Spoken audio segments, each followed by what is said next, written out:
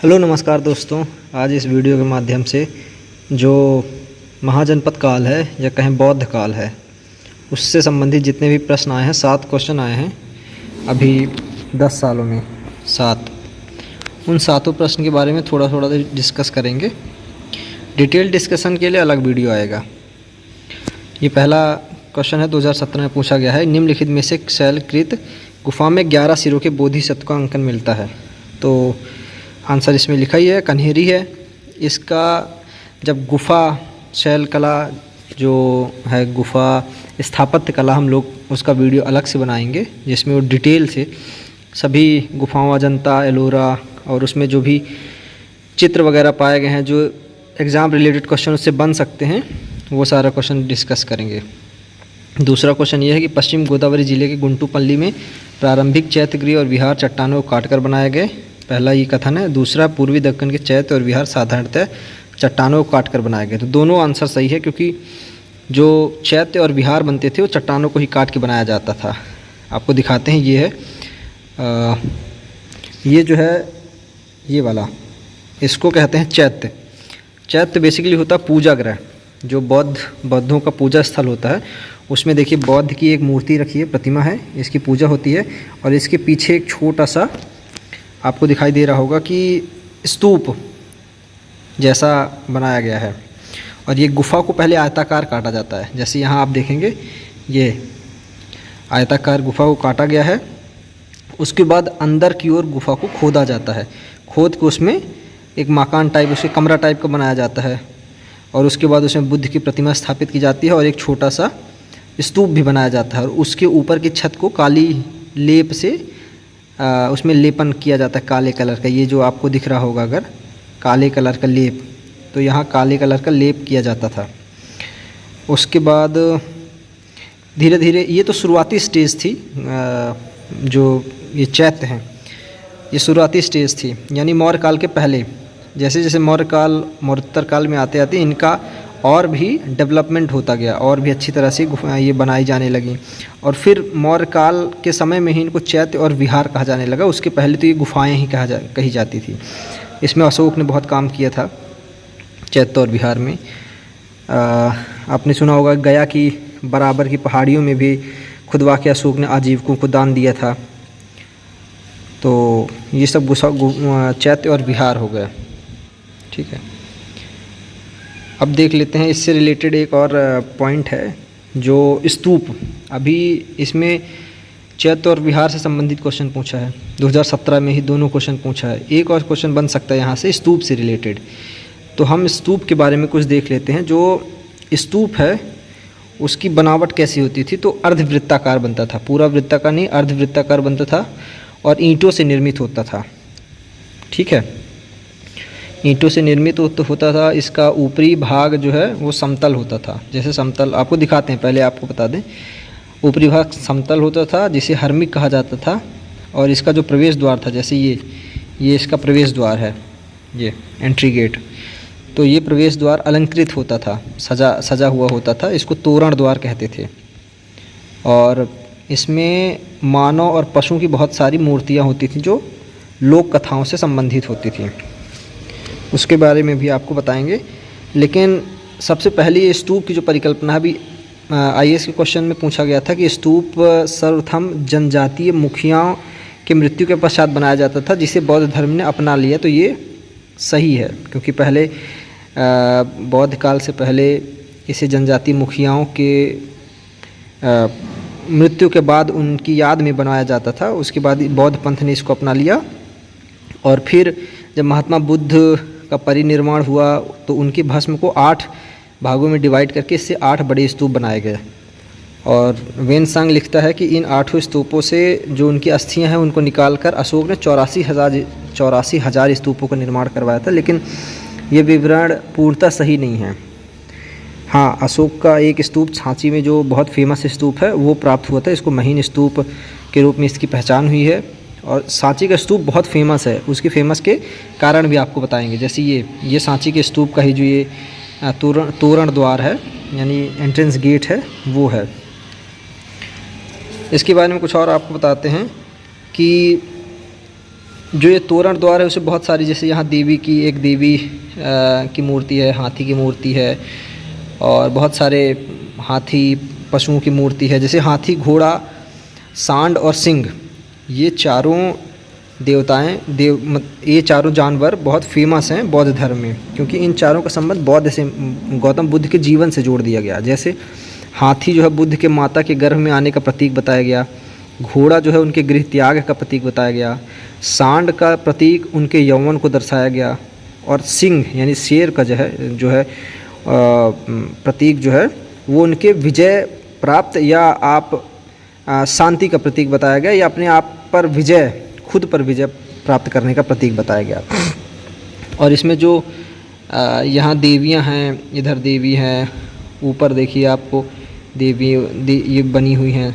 तो ये सब अलग अलग कथाओं से रिलेटेड हैं। जैसे एक कथा यक्ष यक्षिणी और नाग नागिन की कथाएं हैं, उनसे रिलेटेड हैं।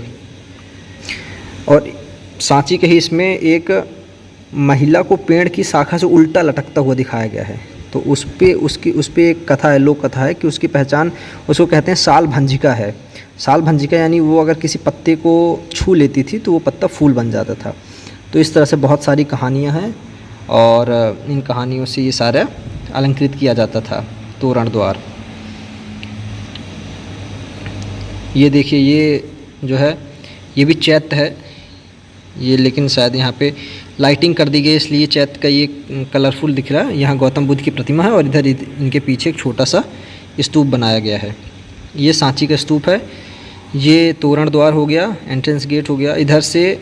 और इसके प्रदक्षिणा पथ भी होता है, यानी चारों ओर से घूमने के लिए ये जो आपको दिख रहा है ये एक सर्किल टाइप का, इसको प्रदक्षिणा पथ बोलते हैं, इसके चारों ओर घूमने के लिए। और ये उसके ऊपर जो है आयताकार बना रहता है, इसका ऊपर का भाग आयताकार, उसके पीछे ये 3 वो बने होते हैं जिसको हर्मिक कहते हैं। अभी दिखाता हूँ, ये अलग अलग तरह से बनाए जाते हैं। तो ये आयताकार हो गया, आयताकार बना है, ठीक है। और इसके ऊपर ये है, इसको हर्मिक कहते हैं। ये हो गया प्रदक्षिणा पथ, इसके चारों ओर प्रदक्षिणा करने के लिए, मतलब घूमने के लिए स्पेस रहता है। ये हो गया विहार। ये विहार है लोगों, मतलब जो बौद्ध भिक्षु रहते थे उनके स्थान का, निवास स्थान रहता था। ये विहार चैत्य के पास ही रहता था। ऊपर देखिए लेप किया गया है एक विशेष प्रकार के पदार्थ का, काले पदार्थ का, और नीचे भी लेप कर दिया जाता था।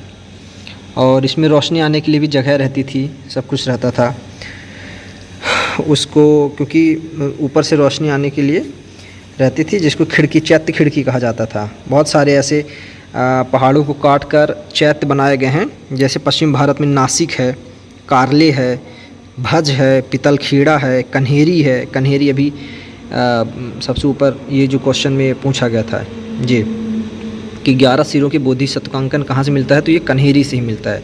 इसके अलावा पूर्वी भारत में उड़ीसा के उदयगिरी में है, खंडगिरी में है। यहाँ सब अलग अलग बहुत सारी जगह चैत्य बनाए गए हैं। कहा जाता है महाराष्ट्र में ही अकेले का शायद 900 से ज़्यादा चैत्य बनाए गए हैं।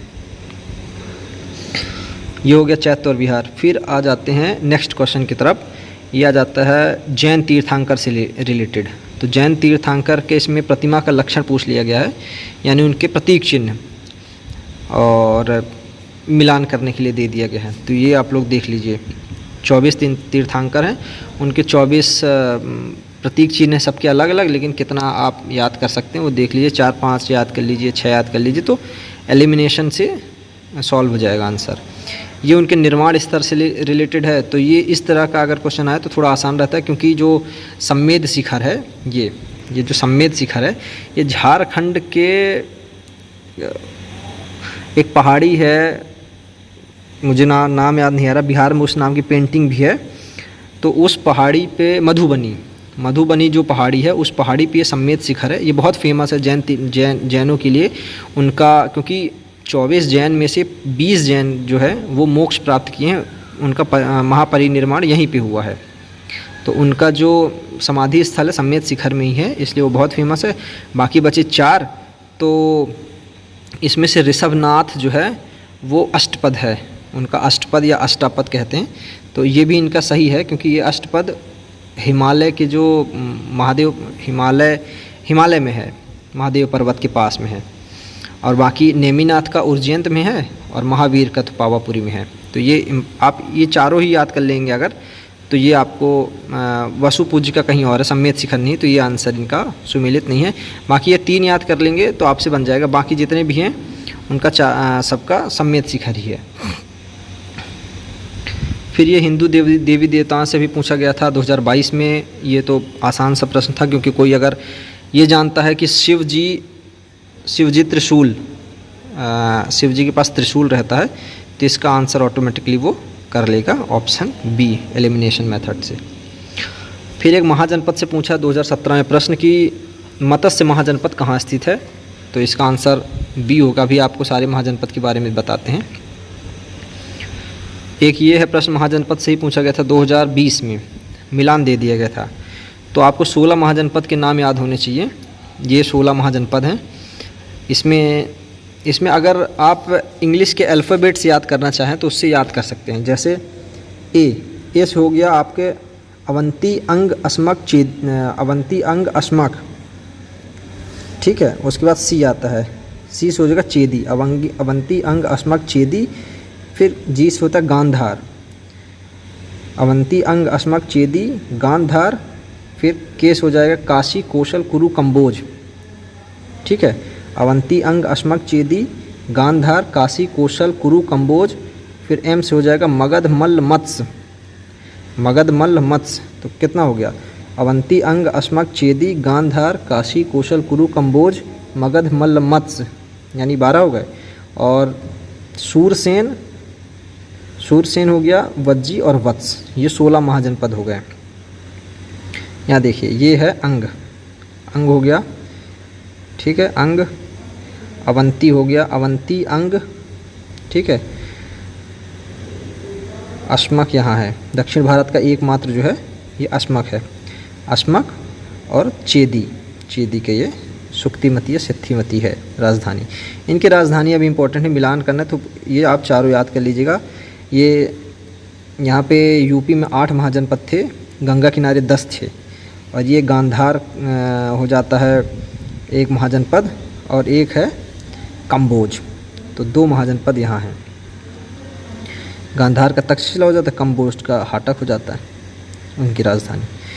तो ये एक छोटा सा वीडियो, इसमें शॉर्ट हमने बता दिया आपको, क्योंकि ये क्वेश्चन का एनालिसिस कर रहे हैं, प्रीवियस ईयर क्वेश्चंस का, आपको डिटेल पढ़ा नहीं रहे हैं। जब इसके बाद ये हमारी जो सीरीज़ चल रही है, वो सीरीज़ ख़त्म होने के बाद जब इनका डिटेल पढ़ाएंगे टॉपिक वाइज, तो फिर उसमें आपको डिटेल में बताएंगे। ये देख लीजिए, इतने क्वेश्चंस पूछे गए हैं लास्ट 10 ईयर में। जैसे पाषाण काल से हमने पहले वीडियो में पाषाण काल से स्टार्टिंग की है।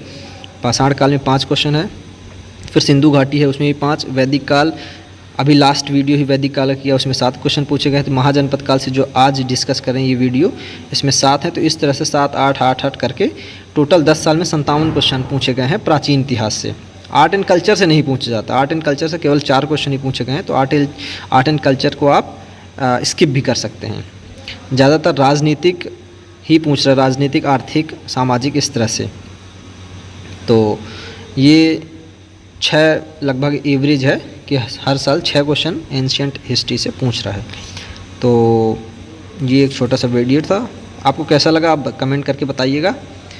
थैंक्स फॉर वॉचिंग, और आप लाइक करिए, सब्सक्राइब करिए, शेयर करिए अपने दोस्तों के साथ अगर आपको ये वीडियो अच्छा लगा तो, और कमेंट करके बताइए कि इसमें हम क्या कुछ और ऐड कर सकते हैं, और क्या आपके लिए कुछ नए टॉपिक पे वीडियो बनाया जाए, वो आप कमेंट करिए। Thank you.